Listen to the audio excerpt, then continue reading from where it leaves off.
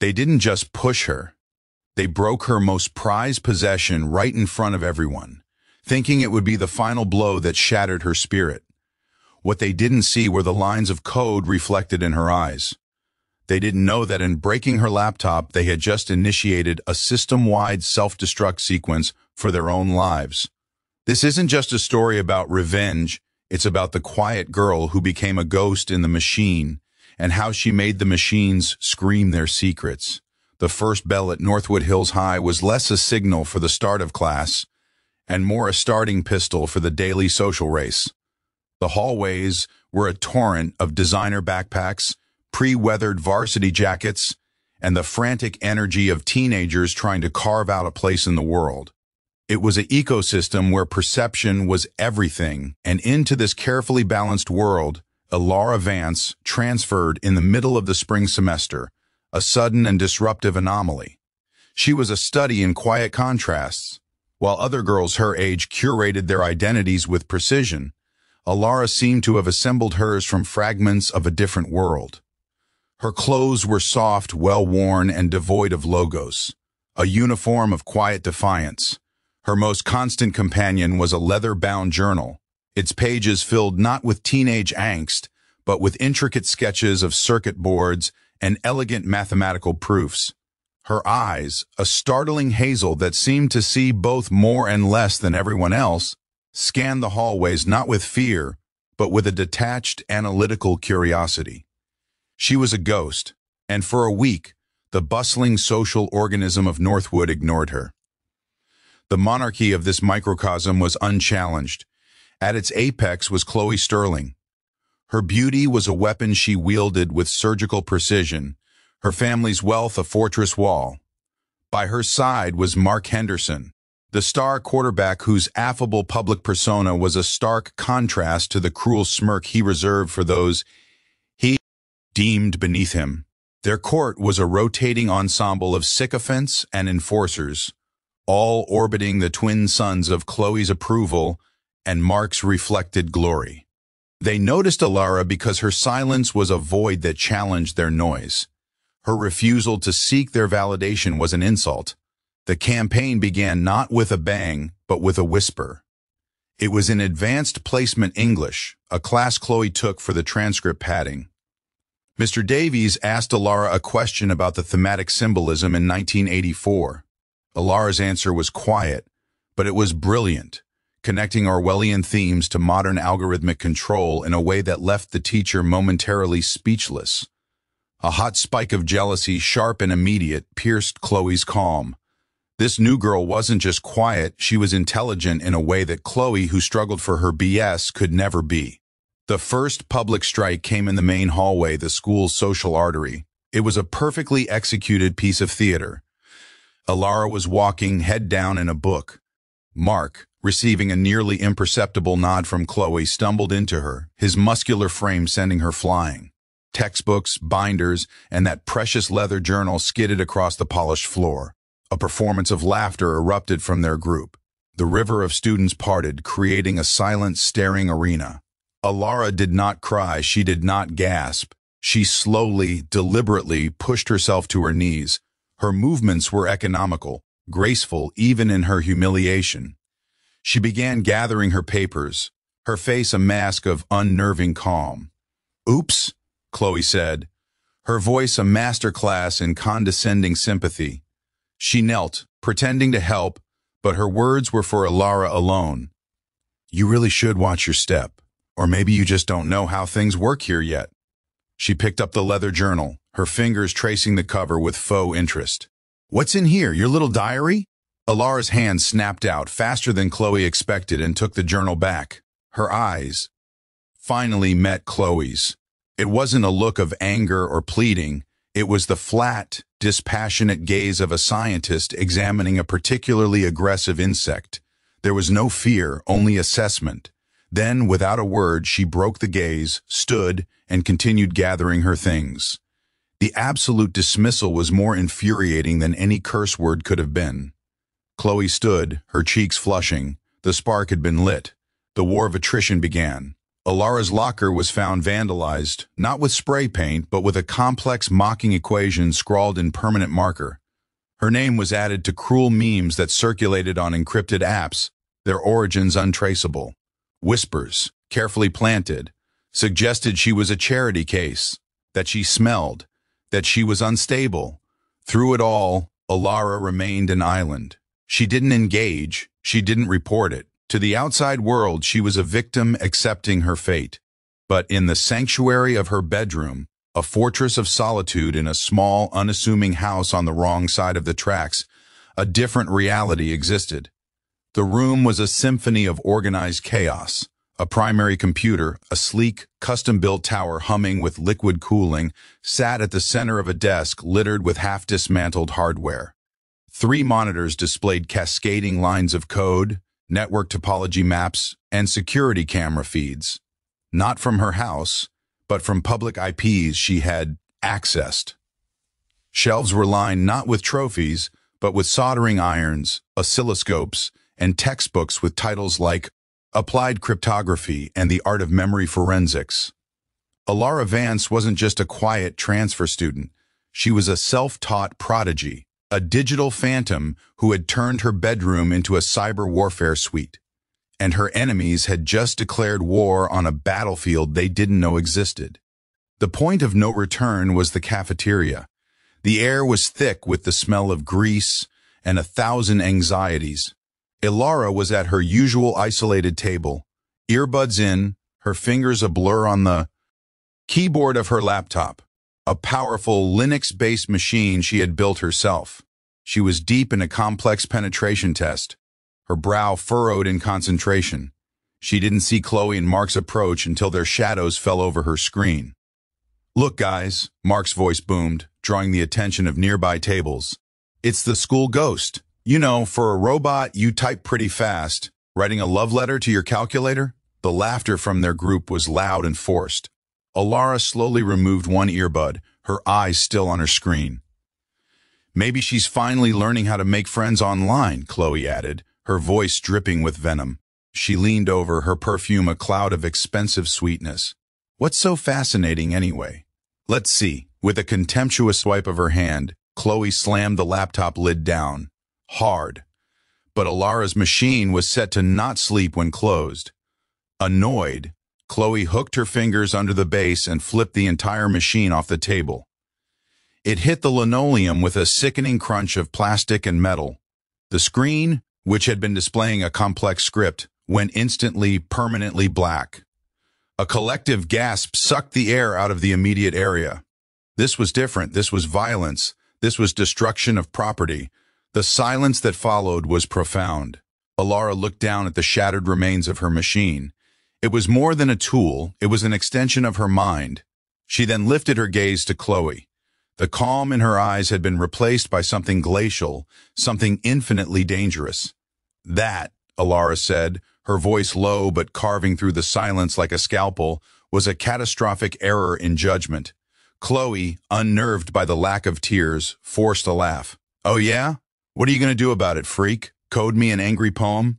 A smile, thin and cold, touched Alara's lips. It never reached her eyes.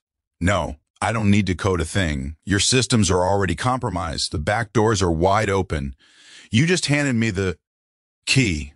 She stood, carefully picking up the pieces of her laptop as if collecting evidence.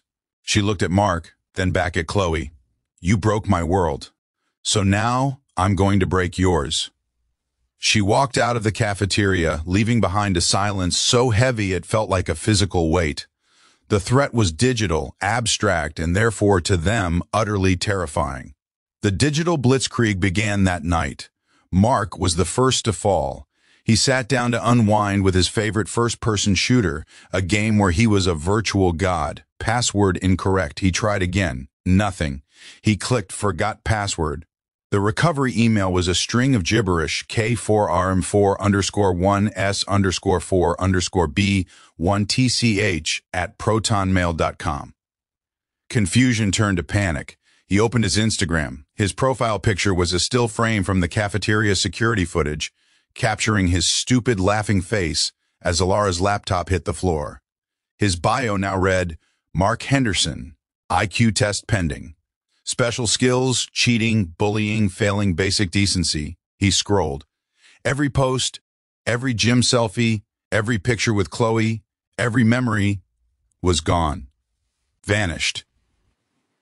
In their place, a single repeating post, the Wikipedia entry for small man syndrome. He called Chloe, his voice cracking. Chloe, she nuked everything. My gaming account, my Instagram, it's all gone. Chloe, irritated, opened her own laptop. Don't be dramatic, Mark. She's just a... The words died in her throat. Her Instagram, a meticulously curated gallery of her perfect life, was a digital ghost town. The only post was a video, high definition, clear as day. It was from the school's library 2 weeks ago. The camera angle was from the security dome in the corner. It showed her, Chloe Sterling, slipping Axion Liang Ban limited edition Japanese art book from the for reference-only section into her bag. The caption was a sledgehammer, Chloe Sterling, thief. Her family's money isn't enough. She steals from her own school. The comments were already disabled. It was a monument to her crime. She screamed, a raw, guttural sound of pure terror. This wasn't a hack, it was a humiliation. How did she get the library's security feed? The school system was supposed to be secure. This was impossible. But Alara was just getting started. She had been harvesting data for weeks. She used vulnerabilities in the school's Wi-Fi to intercept their unencrypted traffic. She leveraged phishing emails disguised as Spotify login prompts to harvest their credentials. Their own carelessness, using the same passwords for everything, never enabling two-factor authentication, had built the traps they now sprung. The next day at school was a paradigm shift. The whispers were no longer about Alara. They were about them. Students who had once cowered now looked at Chloe and Mark with a new, bold contempt. The fear was gone, replaced by the thrilling chill of schadenfreude. The bullies were isolated, moving through the halls like lepers. Their attempts to regain control, a sharp word, a threatening look, were met with sneers or outright laughter. Their power, which had seemed as solid as the school walls, had been revealed as a house of cards. Desperate and cornered, they reverted to their most primal instinct, physical intimidation. They ambushed Alara after school in the parking lot near the bike racks, a place less frequented and without cameras. This ends now, Mark growled, stepping in front of her, his bulk blocking her path. You will undo everything. You will post retractions. You will say it was a sick joke. Or what? Alara asked, her voice calm. She was holding her phone, seemingly casually. Or, I'll make you wish you never set foot in this town, he snarled, grabbing her by the upper arm, his grip tight and painful. Alara didn't flinch. She simply tilted her phone screen towards him. It showed a live feed, a slightly shaky image of Mark's own enraged face from the perspective of her hand. A red recording light blinked ominously. Assault is a felony, Mark, she said, her voice chillingly composed. This is being live-streamed to a secure server. The moment my heartbeat spikes, it's being monitored, or if this stream is interrupted, it automatically gets sent to the principal, the local news, and your father's law firm. Do you think even he can explain this away? Mark released her as if her skin were made of fire. The bluff was audacious, brilliant. They were paralyzed. Alara took a step closer, her voice dropping to a whisper that was all the more terrifying for its lack of volume. You live in a small physical world. You think power is a shove in a hallway, a nasty comment. My world is the internet. It's the global network of data that you so carelessly splash your lives across. You broke my property, the tool I use to navigate my world. So I broke your reputations, the currency you use in yours. You thought you were fighting a shy girl. You were fighting a force of nature you are too stupid to even comprehend. She turned and walked to a beat-up bicycle, unlocked it, and rode away, leaving them standing in the dying light, utterly and completely defeated. But Alara's concept of justice was not complete. A public fall required a public reckoning. The stage was set for the Spring Fling Assembly. It was the social event of the season, a ritual of affirmation for the popular crowd. The air in the gym was thick with cheap cologne and anticipation. Chloe, wearing a dress that cost more than Alara's entire wardrobe, sat on the stage, a brittle smile plastered on her face. This was her last stand. The crown was her redemption. Principal Davies gave his usual boring speech about community and spirit. The audience fidgeted. Then, the lights dimmed for the annual Northwood highlights video. The school's logo appeared on the giant screen. It flickered, glitched, and then it changed. What followed was not a highlight reel. It was a damning, cinematic expose. It opened with a shot of Mark, clearly visible in a classroom after hours, using a hidden cheat sheet during a calculus exam. The footage was crisp, the timestamp undeniable.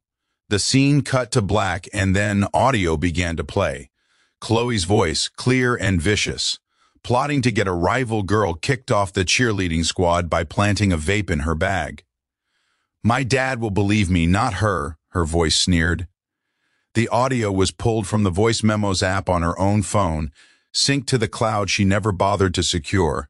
A document flashed on screen, a bank statement showing a $5,000 donation from Mr. Sterling to the Northwood Athletic Fund, dated the day after Chloe's failing grade in chemistry, was mysteriously changed to a B. A cascade of their most vile private text messages scrolled up the screen, exposing their contempt for their so-called friends, their deep-seated insecurities, their pathetic, small-minded universe of hate. The gym was utterly deathly silent. You could hear the soft whir of the projector. Then a low murmur began, building into a roar of disbelief, anger, and collective judgment.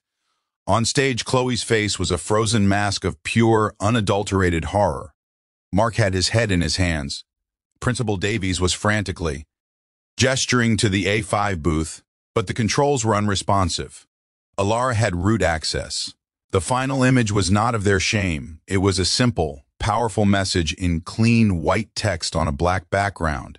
To every student who has ever been made to feel small, powerless, or afraid, your voice, ice your weapon. Your truth, ice your armor. The systems that enable bullies are fragile, and I am a force of nature. The fallout was nuclear. Chloe was not just stripped of her crown, she was escorted from the gym by a stone-faced vice principal. Mark was suspended on the spot, his athletic scholarship revoked pending a full investigation. The district launched an audit of the school's financial and academic records. The local news picked up the story, running pieces on cyberbullying and its consequences, though they missed the point entirely. The social structure of Northwood Hills High didn't just collapse, it was disintegrated, its foundations exposed as rotten. In the weeks that followed, Alara became less a person and more a legend. A myth of justice. She didn't become popular in the traditional sense, she didn't want to, but a subtle shift occurred. The nerds in the computer lab nodded to her with a new respect. The art kids smiled when she passed. The quiet kids, the ones who ate lunch alone, sometimes mustered the courage to sit at her table in the library. She would offer a small, genuine smile and then return to her work. The story's true ending is not in the downfall of the bullies, but in the reconstruction that followed.